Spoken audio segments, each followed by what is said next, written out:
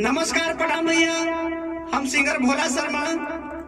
आज Magadh star music Arwal में हमारी रिकॉर्डिंग होता।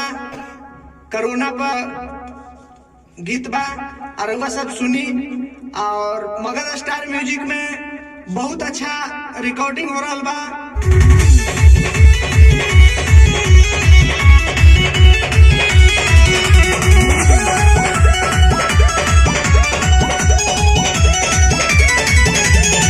पूरा भारत में लागल लॉकडाउन, बंद भइल गाड़ी या बंद भइल टाउन।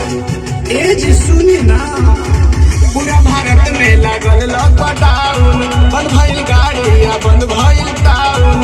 अब गोवा जवानी के दिया, घर से बहरी न जाइ है पिया, मजा ले लूटा के तू दिया।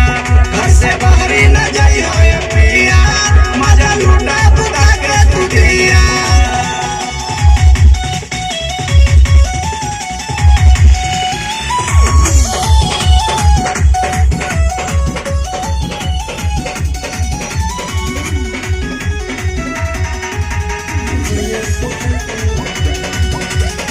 शहर के बलिया के बुझाए राजा, घर में ली तू लीडो के माजा।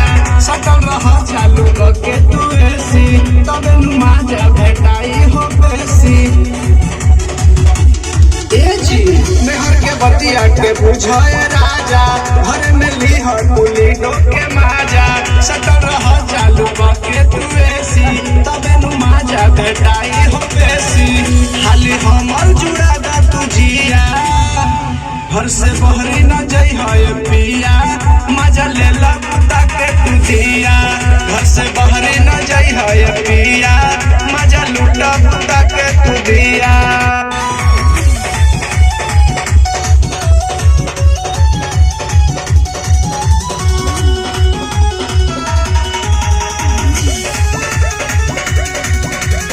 संगे सुतल रह किली लगा के, बहरी न जाइ है राजा भुला के। छोटू राजा हमर बतिया के माना, बाबू धन धड़कन तू जिद नाही ठाना। काहे जिद करतानी सुनी ना, संगे सुतल रह किली लगा के, बहरी न जाइ है राजा भुला के। छोटू राजा हमर बतिया के माना, बाबू धन धड़कन तू जिद न ठाना। भोला शर्मा बड़ी गलती किया, घर से बहरी न जाइ है पिया, मजा ले लूटा के तू दिया। घर से बहरी न जाइ है पिया, मजा लूटा